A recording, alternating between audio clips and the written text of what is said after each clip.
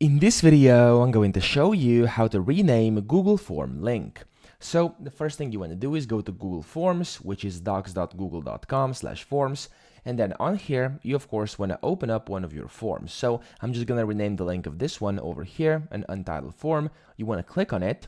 And then if you go to send up here, you can then click on the link, the hyperlink, and you will see this is now your link, and this is kinda your link name. So you can also shorten it over here, and then it's gonna just look like this.